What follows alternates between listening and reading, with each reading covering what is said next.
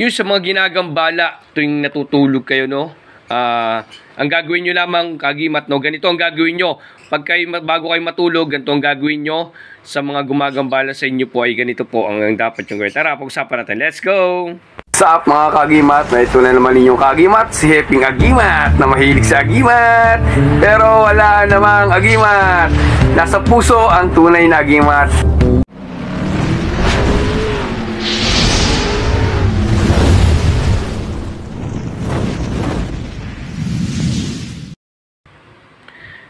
Yun, mapagpalang araw mga kagimat, no?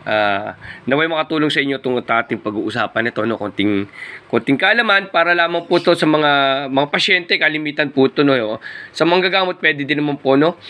Ito po yung rare white lake line, no? Bibigyan ko lang po na idea. Ito, rare white lake line, po yung ginagamit natin, okay? Yan, puro white lake line po yan. Rare white lake line po yan, yan, no? Okay? Bibigyan ko lang ng mga idea, mga kagimat, no? Kumuha ng ganitong lagay, yung mga ginagambala tuwing natutulog kayo, kagimat, yung hindi kayo pinapatulog, no? Lagi may nagpapanaginip sa inyo para may nakadagan sa inyo. Ganito ang gagawin nyo, kagimat, para hindi kayo mabangungot, hindi kayo mapangarapan yung mga nagpaparamdam sa inyo tuwing matutulog. Kung meron kayong mga rare white lake, yung mga nabigyan ko nito, marami tayong nabahagyan nito.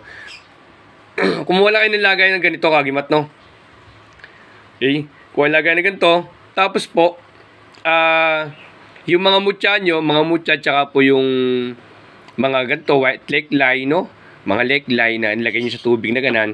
Tapos po, pagkalagay nyan, hilingin nyo po sa tatlong persona na itong mga mutya na to ay magamit po, maging protection po sa aking pagtulog. Pwede nyo hiling po na makulong dito yung mga gumagambala po sa inyo. Yan po, hilingin tatlong persona, tapos hipan yung tatlong krus po yan. Hilingin nyo ganun po para po protection nyo sa pagtulog. Yung iba naman po, paano yung walang mga mutya? Yun, kagimat, no? Tara pag-usapan natin. Yung mga wala naman pong mutya, mga kagimat, pwede naman po kayong kumuha ng tubig na ganito po, no? Tapos lagyan nyo po ng asin, no? Medyo dami-damihan nyo ng asin po, ilagay nyo po sa ilalim ng inyong tulugan.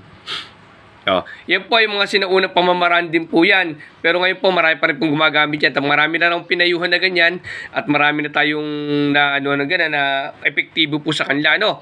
Kaya ako binabagi sa inyo para makatulong po lalo po sa mga pasyente na nahihirapan pagtulog kasi nga may gumagambala sila, may papanaginip at laging binabangungot, no? Yan po ang gagawin nyo para hindi po kayo gambalain ng mga elemento sa pagtulog nyo, no? Pwede po yan, lahat ng kama nyo, lagyan nyo po.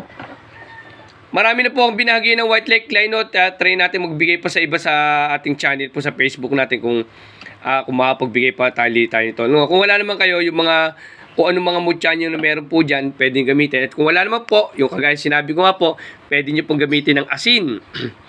Sa paglagay nyo po ng asin dyan, huwag nyo dudurugin, ayan nyo lang po siya madurog ng kusa dyan.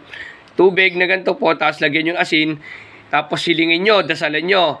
Sa tatlong persona, ang Diyos Ama, Diyos Anak, Diyos Espiritu Santo, hilingin nyo na wala itong tubig na to, maging kulungan, makulong po lahat ng gumagambala sa akin at hindi po magambala sa aking pagtulog.